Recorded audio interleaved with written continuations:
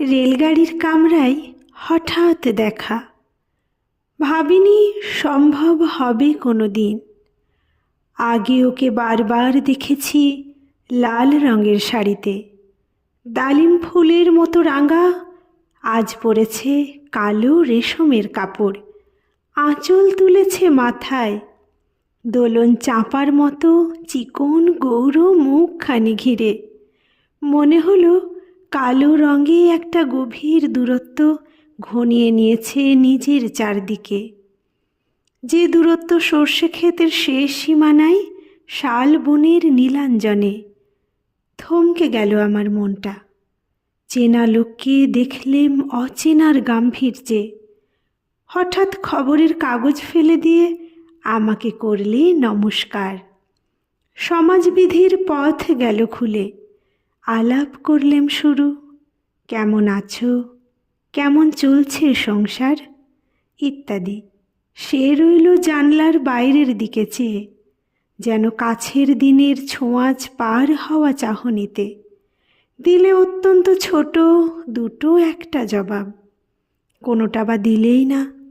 বুঝিয়ে দিলে হাতের অস্থিরতায়, কেন এসব কথা।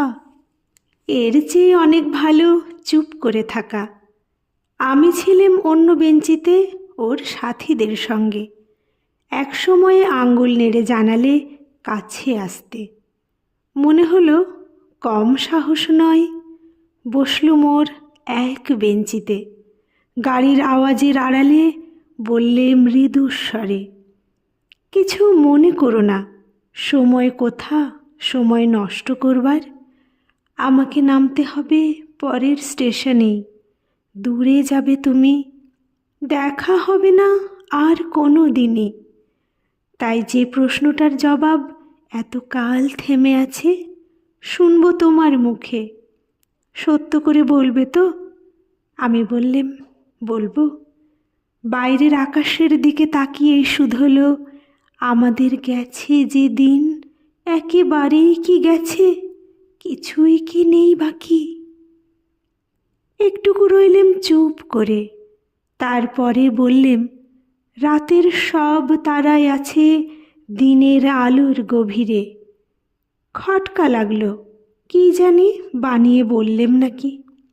ও বললে, থাক, এখন যাও ওদিকে। সবাই নেমে গেল পরের স্টেশনে। আমি চললেম একা।